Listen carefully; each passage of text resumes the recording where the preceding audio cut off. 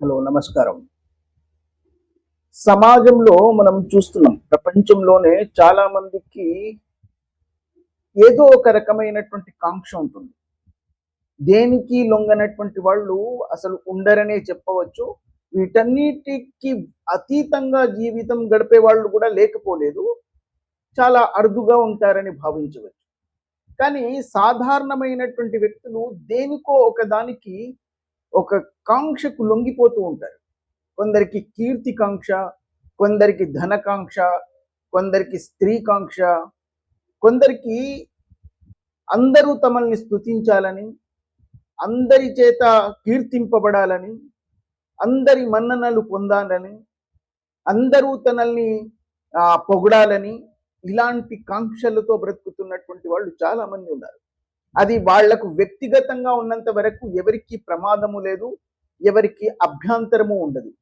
కానీ అది సామాజిక పరంగా వచ్చినప్పుడు వాళ్ళు ఒక పెద్ద సమూహానికి ప్రతినిధులుగా, ప్రత్యేకంగా హైందవ సమూహానికి, హైందవ గ్రంథాలన్నిటినీ ఔపాసన పట్టి గొప్ప జ్ఞానులుగా కీర్తించబడుతున్నటువంటి తరుణంలో హైందవ సంస్కారాన్ని కానీ, హిందూ ధర్మ గ్రంథాలను కానీ, హైందవ ఐతిహాసిక పూర్తి కథలను కానీ ఔపాసన పట్టి వాటిపై ఎంతో పరిశోధనలు చేసి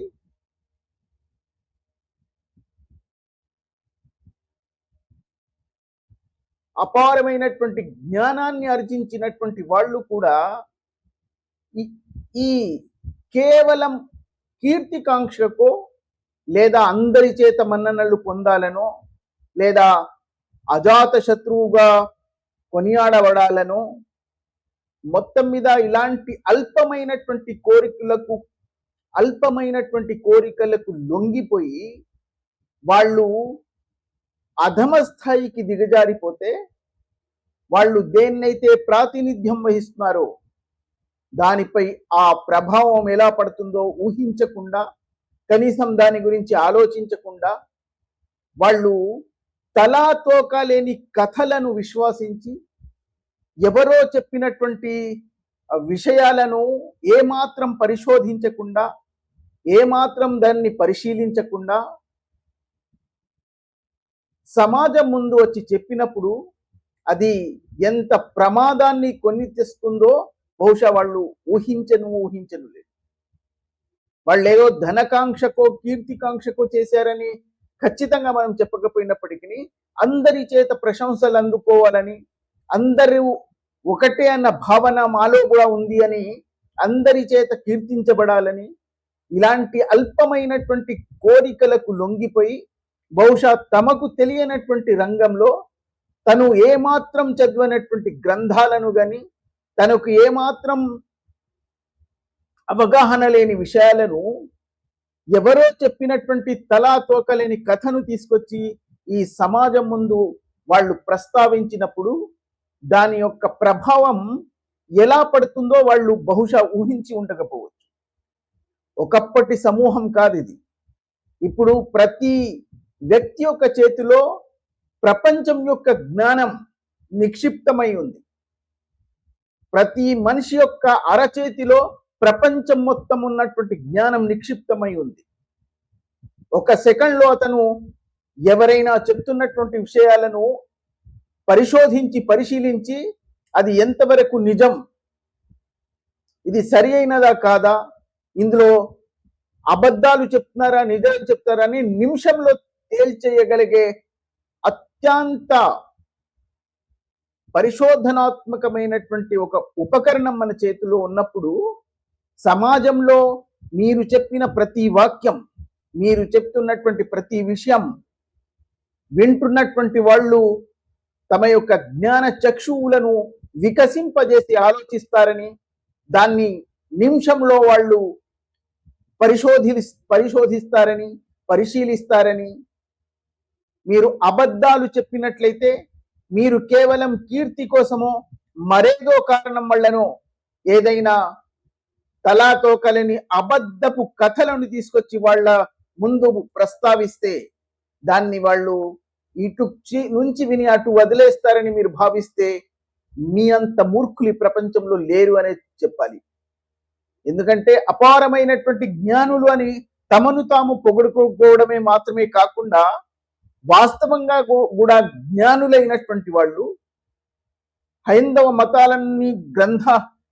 మతాన్ని క్షుణ్ణంగా అధ్యయనం చేసి వాటి ఐతిహాసిక గ్రంథాలను ఔపాసన పట్టి ఎంతో జ్ఞానులు అనిపించుకుంటున్నటువంటి వాళ్ళు సైతం ఇలాంటి అల్పమైనటువంటి కోరికలకు దిగజారి తమకు తెలియనటువంటి కథలను ప్రచారం చేస్తే దాని యొక్క ప్రభావం ఎలా పడుతుందో దానికి చాలా పెద్ద ఉదాహరణగా ఈరోజు మన హైందవ ప్రవచనకర్త గరికపాటి నరసింహారావు గారు అని చెప్పాలి. ఆయన ప్రవచనాలు చెప్తే లక్షలాది మంది వింటూ ఉంటారు. ఆయన యొక్క ప్రసంగాన్ని వినడానికి ఆసక్తి చూపేవాళ్ళు లక్షల్లో ఉండి ఉండవచ్చు. అలాంటి పరిస్థితుల్లో, అలాంటి స్థితిలో మీ వాక్యాలను కానీ మీరు చెప్తున్నటువంటి విషయాన్ని కానీ ఇంతమంది ఆసక్తితో ఉంటున్నప్పుడు మీరు ఎంత జాగ్రత్తగా ఉండాలి.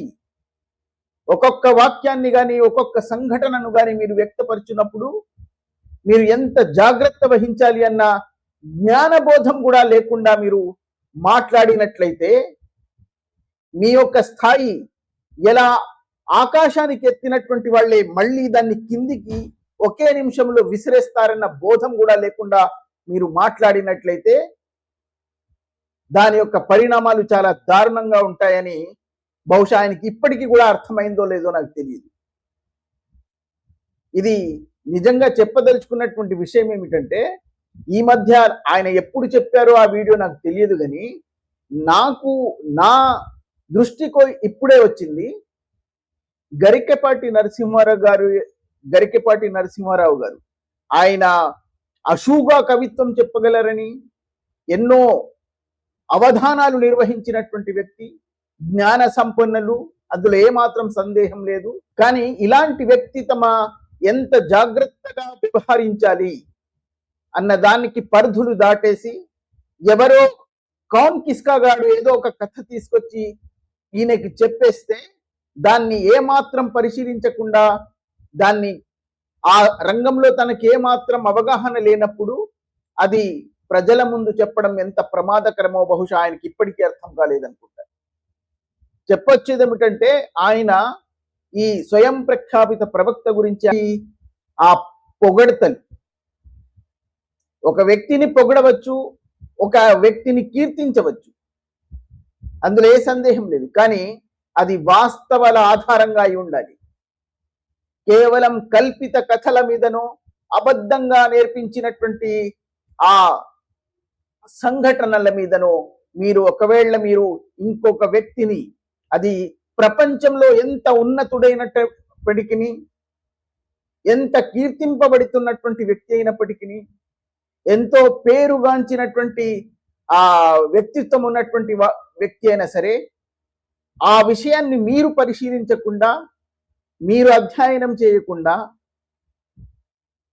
ఆ వాక్యాలను మీరు చెప్తే అది మీ స్థాయిని ఎంతగా దిగజార్చేస్తుందో అని కూడా మీరు గమనించకుండా నోటికొచ్చింది వాగితే ఎలా ఉంటుందో ఇప్పుడు మీకు చూపిస్తాను. ఆయన నిజంగా ఏం చెప్పారు, ఈ విషయం ఏమిటని మీకు బహుశా తెలియనటువంటి వాళ్ళు చాలా తక్కువ మంది ఉంటారు. అయినా సరే తెలియనటువంటి వాళ్ళ కోసం ఆయన ఏం చెప్పారో నేను ఒకసారి మీకు. మహమ్మద్ ప్రవక్త మహానుభావుడు ఒక కాలువ దగ్గర కూర్చుని ఉంటే ఎర్రతేలు మండ్రగబ్బ అంటారు, పైకి ఎక్కుతోందట. ఈయన ప్రవక్త కదా, దైవ పురుషుడు, జాలి. ప్రవక్తలందరికీ అదే కదా లక్షణం. యేసుక్రీస్తు అయినా, బుద్ధుడైనా, శ్రీరాముడైనా, శ్రీకృష్ణుడైనా, మహమ్మద్ అయినా వాళ్ళకి జాలి ఎక్కువ అంతకంటే. అందుకని దాన్ని చేతుల్లోకి తీసుకుని పైకి ఎక్కిస్తున్నాడు. మండ్రగబ్బ కుట్టేస్తున్నాడు బాబు, తేలంతా ఒళ్ళంతా చేయంతా కుట్టేసి ఎర్రగా నెత్తురు వచ్చేస్తుంది. దాన్ని ఈయన ఎక్కించినప్పుడు పిచ్చి కాకపోతే. కానీ జాలి అంతే. పాపం అది ఎక్కడే పోతుంది, గట్టు మాటిమాటికి దొల్లిపోయి కింద పడిపోతుందని దాన్ని ఎక్కిస్తున్నట్టు. అదేమో చేయి కుట్టేస్తుంటే మళ్ళీ పాపం వదిలేస్తున్నాడు. తట్టుకోవాలి కదా, వదిలేస్తాడు. మళ్ళీ అది పడుతుంది, మళ్ళీ ఎక్కుతుంది, మళ్ళీ ఎక్కిస్తున్నాడు. తెలియదా అది విషపురు కానీ అయినా చేస్తూనే ఉన్నాడు ప్రయత్నం, దాన్ని ఎక్కించాలి గట్టుని. ఈయన ప్రయత్నం దానికి అర్థం కాక అది కుట్టేస్తుంది. అంతక్షోభ భరించి దాన్ని గట్టెక్కించే ప్రయత్నం చేస్తుంటే గొర్రెలు కాసుకునే గొల్లవాడు ఒకడు వచ్చి ఏమయ్యా నువ్వేం ప్రవక్తవయ్యా పెద్ద ఏవో గొప్ప విషయాలు చెప్పిన ఉంటా నీకు మతిలేదు అసలు. అది విషపురుగు, దాని సహజ లక్షణమే కుట్టడం, ఉపకారం అపకారం తెలియకుండా కుడుతుంది. అది దాన్ని పట్టుకుని పైకి ఎక్కిస్తావట పిచ్చి కాకపోతే. వెంటనే ప్రవక్త అన్నట్ట అది విషపురుగే, దాని సహజ లక్షణమైన కుట్టడం అది మాననప్పుడు నేను అమృత పురుగుని, నా సహజ లక్షణమైన పరోపకారం నేను ఎందుకు మానాలి అన్నట్ట. అది మానవులు నేర్చుకోవలసింది. అది విషపు జీవి, నేను అమృత జీవిని. మానవులు అమృతవంతులు అన్నారు వేదాల్లోనూ ఇతర ఉపనిషత్తుల్లోనూ. ఏ ధర్మమైనా చెప్పింది అంతే. అయ్యా గరికపాటి గారు, మీ ఆవేశం చూస్తూ ఉంటే రేపు దీని తర్వాత మీ ప్రసంగంలో ఈ జాకిర్ నాయక్, బ్రదర్ సిరాజ్, ఇంకా ఇలాంటి ఇస్లామిక మత ప్రచారకులు హైందవ గ్రంథాల్లో కూడా మహమ్మద్ యొక్క ప్రస్తావన ఉంది కాబట్టి మీరు కూడా వాళ్లతో కలిసి అవునవును నిజమే, వేదాల్లోనూ పురాణాల్లోనూ అన్ని ఐతిహాసిక గ్రంథాల్లో మహమ్మద్ యొక్క ప్రస్తావన ఉంది, ఆయన మహా గొప్ప మానవుల్లో మహోన్నతుడు, ఆయనను మీరందరూ అనుసరించాలి, ప్రపంచం మొత్తం వ్యాప్తి చెందే ఒక భావజాలనతో మక్కా అనే నగరంలో జన్మించి ప్రపంచం మొత్తం మీద తన శిష్యుల ద్వారా తమ యొక్క భావజాలాన్ని ఏం చేయడానికి వస్తాడు అని వేదాల్లో ఉంది. కాబట్టి మీరందరూ అందరినీ ఈ మొహమ్మద్ యొక్క భావజాలాన్ని, మొహమ్మద్ను మీరు అనుసరించండి అని మీరు ప్రసంగం చేసినా కూడా మేము ఆశ్చర్యపోనవసరం లేదేమో. బహుశా రేపు మాపు అలాంటి ప్రసంగం కూడా మీ నుంచి ఎదురు చూడవచ్చండి అనుకుంటాను. బహుశా మీ ఆవేశం చూస్తుంటే మీరు రేపు ఇలాంటి ప్రసంగం ఒకటి చేసేలాగా ఉన్నారు. అయ్యా మీరు ఇతర గ్రంథాల గురించి, మీ హైందవ గ్రంథాలను మీరు ఔపాసన పట్టి ఉండవచ్చు, అందులో మీరు గొప్ప నిష్ణాతులై ఉండవచ్చు. అలా అని చెప్పి మీరు ఇతర గ్రంథాల గురించో లేదా ఇతర చరిత్రల గురించో చెప్తున్నప్పుడు మీరు ఎంత జాగ్రత్త వహించాలో అన్న వివేకం కూడా లేకుండా ఎవడో చెప్పినటువంటి తలాతోకలేని ఒక కథని తీసుకొచ్చి మీరు మొహమ్మద్ను పొగడకూడదని కాదు, యేసుక్రీస్తుని పొగడకూడదని కాదు, కానీ అది వాస్తవాల ఆధారంగా అయి ఉండాలి. నిజంగా మొహమ్మద్ ఎవరో, అతని యొక్క వ్యక్తిత్వం ఏమిటో అక్షరం కూడా తెలియనటువంటి మీరు, ఎందుకంటే తెలియదు అని నేను ఎందుకు చెప్తున్నానంటే ఈ కథ మీరు చెప్తున్నప్పుడే తెలుస్తుంది మీకు మొహమ్మద్ ప్రవర్తన గురించి కానీ, మొహమ్మద్ యొక్క చరిత్ర కానీ, వ్యక్తిత్వం కానీ ఏ మాత్రం తెలియదని.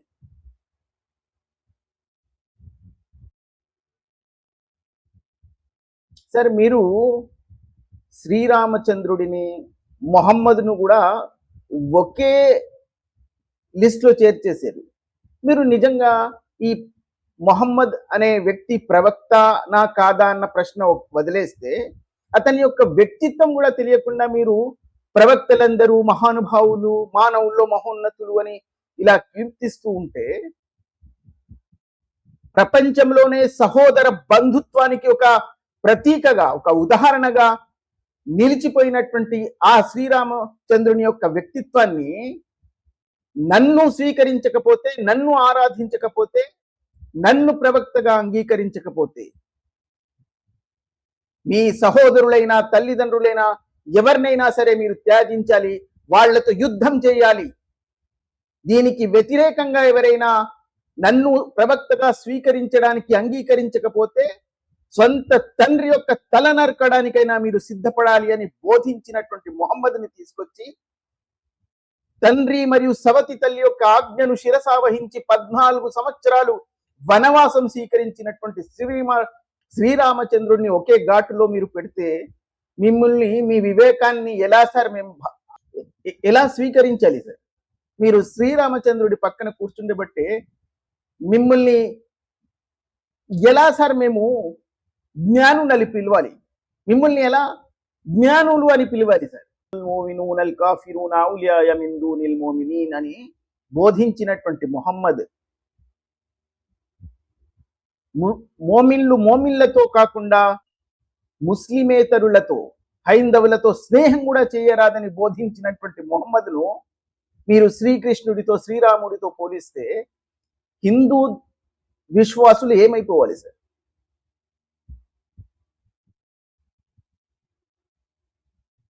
యా అయ్యుహల్లదీన ఆమను లా తత్తఖిజు ఆబాఉకుం వ ఇఖ్వానకుం ఔలియాయ మిన్ ఇస్తహబ్బుల్ కుఫ్ర అలల్ ఈమాన్ అన్నాడు. ఎవరైనా నన్ను ప్రవక్తగా అంగీకరించకపోతే నేను పరిచయం చేస్తున్నటువంటి ఈ విశ్వానికి కర్త అయినటువంటి కేవలం అల్లాహును మాత్రమే విశ్వాసించి నన్ను ప్రవక్తగా అంగీకరించకపోతే మీ తల్లిదండ్రులైనా, మీ సహోదరులైనా, మీ బంధువులు ఎవరైనా సరే వాళ్లను మీరు దూరం పెట్టండి. ఒకవేళ మీరు వాళ్లతో కూడా స్నేహం చేసినట్లయితే మీలాంటి దుర్మార్గులు ఈ ప్రపంచంలో లేరు అని బోధించినటువంటి ముహమ్మదును తన సహోదరుల కోసం, తన తండ్రి ఆజ్ఞ కోసం, తన సవత తల్లి ఆజ్ఞ కోసం 14 సంవత్సరాలు వనవాసం సహించినటువంటి శ్రీరామచంద్రుడిని మీరు ఒకే ఘాటు మీద కడితే మీ జ్ఞానం దేనికి సరిగా, దేనికి పనికి వస్తుంది? ఇది కేవలం ఇలాంటి వాళ్లను ప్రచారం చేయడానిక? మీకు అంతగా వీళ్లను ప్రచారం చేయాలనుకుంటే మీరిప్పుడు చేస్తున్నటువంటి ఈ ప్రవచనకర్త అన్న బాధ్యతను త్యజించి మీరు జాకిర్ నాయక్ మరియు ఈ బ్రదర్ సిరాజ్ లాగా వాళ్ళ వేదికల్లోకి వెళ్ళి కావాలనుకుంటే నెత్తి మీద ఒక టోపీ గడ్డం కూడా పెంచుకొని మీరు ఆ ప్రసంగాలు చేయండి, మాకే అభ్యంతరం లేదు. కానీ మీరు ఒక ప్రవచనకర్తగా వ్యవహరిస్తూ తలా తోకా లేనటువంటి ఈ కథలను తీసుకొచ్చి, మీకు ఎవరు చెప్పారు సార్ ఇది మొహమ్మద్కు సంబంధించిన కథ అని? కనీసం మీకు ఈ 7వ శతాబ్దంలో అరబ్బు ఏడారుల యొక్క వాతావరణం కూడా తెలియనట్టే మీరు మాట్లాడుతున్నారు. కనీసం మీకు తెలియదు, ఆ జ్ఞానం కూడా లేదు. ఆ అరబ్బు ఏడారుల్లో నీటి చుక్క లేక స్నానం కూడా లెక్కతో చేయాలని, కేవలం లైంగిక సంపర్కంలో ఏర్పడిన తర్వాతనే స్నానం చేయాలని బోధించినటువంటి ముహమ్మద్ను కాలువగట్టున కూర్చున్న ముహమ్మద్ అని చెప్పారు.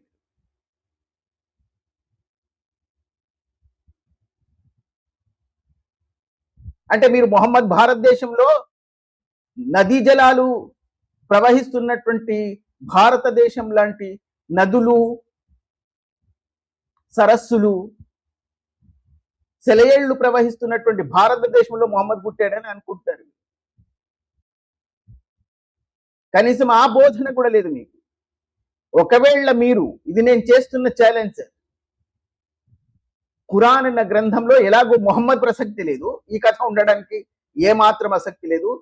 30 సంవత్సరాలు అధ్యయనం చేసినటువంటి వాడిగా, ఖురాన్లో చాలా మొత్తంలో వచనాలను కంఠస్థం చేసినటువంటి ఒక వ్యక్తిగా, చరిత్ర మొత్తం ఔపాసన పట్టిన వ్యక్తిగా మీరు ఒకవేళ, నేను మీకు ఛాలెంజ్ విసురుతున్నాను, ఈ కథ, మీరు చెప్పినటువంటి ఈ కథ ఖురాన్లో కానీ, ముహమ్మద్ యొక్క బోధనలను ఇదేనైతే హదీసులు అంటారో అందులో కానీ, లేదా ముహమ్మద్ యొక్క చరిత్ర, ఎవరైతే ప్రపంచంలో మొట్టమొదటిసారి చరిత్ర వ్రాయబడినటువంటి ఇబ్నే ఇషాక్ కానీ, ఇబ్నే హిషాం కానీ రాసిన చరిత్రలో కానీ, లేదా దాని తర్వాత తరం వాళ్ళు రాసిన ముహమ్మద్ చరిత్రలో కానీ ఎక్కడైనా మీరు ఈ కథ చూపించినట్లయితే జీవితాంతం మీ పాద సేవ చేసుకుంటూ మీ శిష్యుడిగా మారుతాను సార్.